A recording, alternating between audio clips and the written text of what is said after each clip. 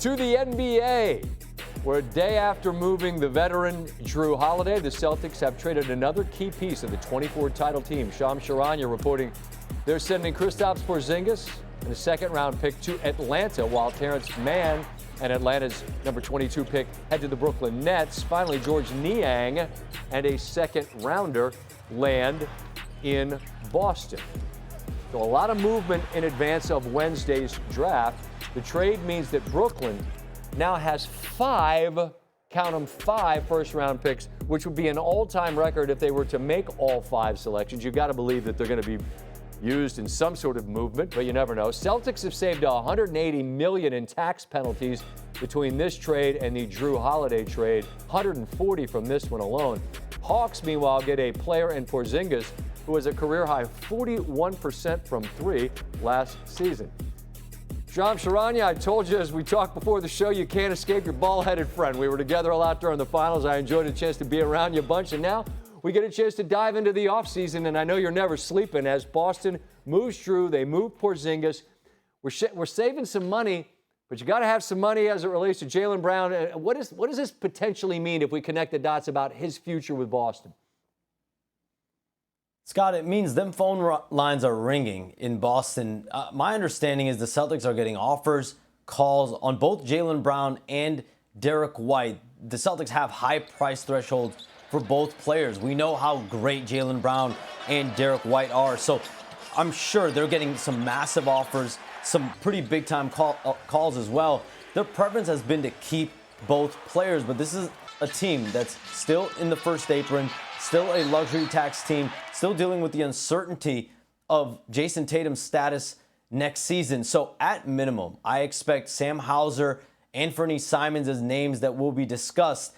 Will a team match that price threshold that the Celtics, I'm told, have set around the league for Jaylen Brown and Derrick White to be able to get them? They are listening, but will a team get there? Just in the span of the last 2 days, Scott, though, they've shed $180 million in luxury tax savings. They've gotten out of the second apron, but with a season next year full of uncertainty, just how much do they want to get out of these aprons and the taxes? Well, and this is the new CBA come to life, right? This is creating the opportunities for smaller markets and other teams to, like we just saw in the finals, get to that big stage. As it relates to a former Celtic, it's Kyrie Irving. You reported that he intends to decline a player option and sign for the long term, 3 years with Dallas. What more can you tell us about this one?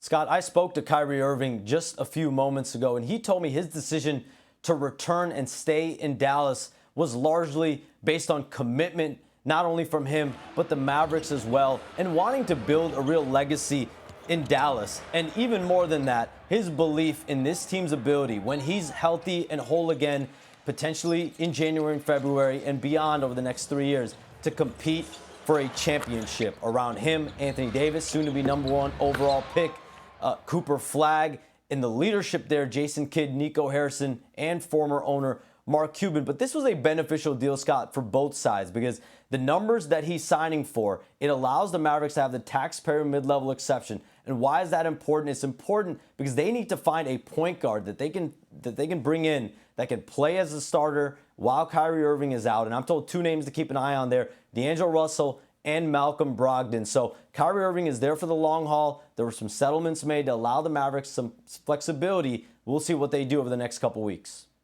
I know what you're going to be doing over the next couple hours and days. That's going to be working those phone lines. I'll have my ears out, as all of our viewers will as well, as you break the news, Scott. man. Don't sleep. I know. We'll talk to you soon, man. Be well. You learned last time, Mark Williams. Yeah, don't do it again. Don't do it again. Stay away from the NBA draft as the finals are in the rear view and the big city gets prepared to host the very best of the future of the league. Of course, the Mavericks won the lottery and they've got the rights to select Cooper Flagg. Minus 50,000 to go first. After 1 year of college, the Mena will be the second youngest top pick in NBA draft history. 8 days older than LeBron James when Bronny came out in 2003. It's gone fairly well for him. Flagg leads an extremely deep freshman class projected to account for the first 8 picks of the draft, according to ESPN's latest mock, not only would that be a record to open the draft, it would be the most consecutive freshman drafted at any point in any one draft if it were to come to pass. Reigning champion Thunder, currently one of 7 different teams with multiple first-round picks. They'd be the first reigning champs to make multiple first-round selections since, coincidentally enough, given the franchise's history, the Supersonics in '79. Joined now by a man who famously tells me at the end of the first round every year he's going to be face down in a gutter, but we welcome in a lucid and bright-eyed Jay Bilas to talk NBA draft in advance of Wednesday's first round. And Jay, we know where it starts, and it's going to be Cooper Flagg. I'm interested in what we saw happen at Duke this year, where he blossomed before our very eyes. What does the timeline of his NBA progression look like in your mind? You know, I don't know that you want to put a limit on Cooper Flagg. I think he's going to be expected to be really good right away. And we saw when he was a 17-year-old playing against the U.S. Olympic team when he was on the select team. I mean, you had these future Hall of Famers saying, man, this dude's the real deal. And he is. I mean, he delivered on everything we expected and then some. I mean, he led a Final Four team in scoring, rebounding, assists, steals, and blocks. But, Scotty, what has always impressed me since I started watching Cooper Flagg is the competitive level of his makeup. Like, talk about guys being competitors, and there are a lot of them out there. But he's on the upper tier of competitors that I've seen play in college. And I likened him, I mean, it's because he played at Duke, but I think he's the best competitor Duke's had since Christian Laettner. And I think that's saying something because Laettner was one competitive dude. Yeah, I think that's a very apt comparison to make. Now, we know he'll go 1. Presumption's Dylan Harper, smooth lefty point guard from Rutgers, will go 2. So in a sense, the draft starts at 3. I'm interested in Harper's Rutgers teammate. There's been a lot of conversation about Ace Bailey and the way his agents have chosen to handle the pre-draft stuff.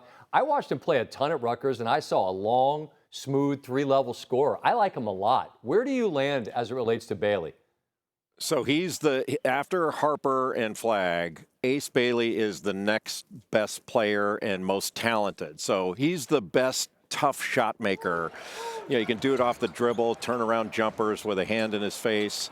I think NBA players that watched him play are like, man, this dude can make shots. And he can. He's got the complete package. It's just he's 18.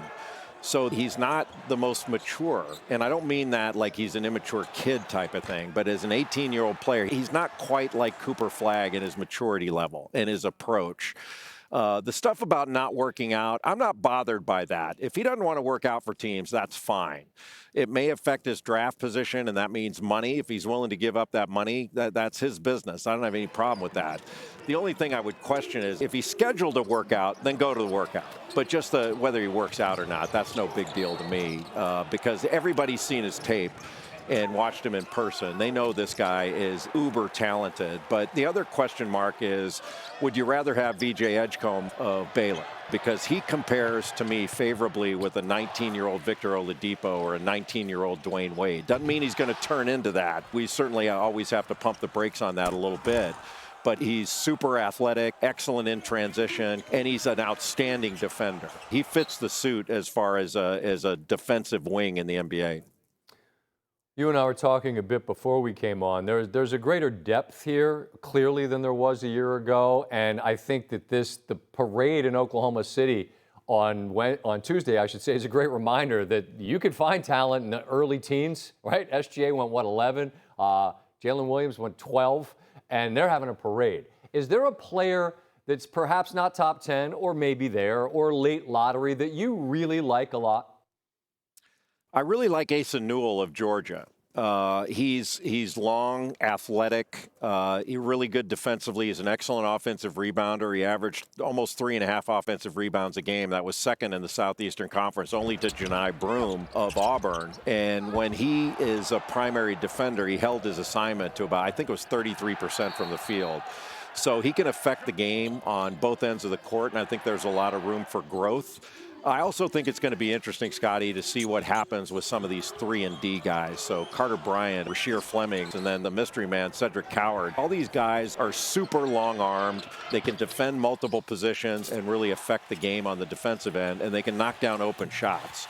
And so I think those guys are going to be really valuable, and I think all three are likely to go in the first round. Not every player that's going to help teams in this draft are going to be star caliber, all-stars. You saw it with Oklahoma City and with Indiana. It's the guys that are further down the ladder that are helping win games, win championships, and be valuable pieces. And those three could certainly be that in the NBA.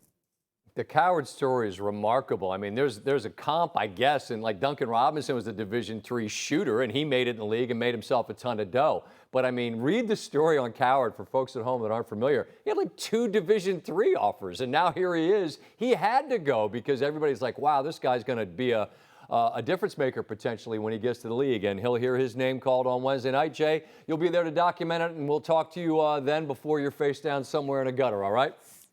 I can't wait. Thanks, brother. Wanna try to boast at what I look like. Think I'm gonna try to wear, I pull up all brains. Jimmy with the heat, I'm on fire. It's 88 over here,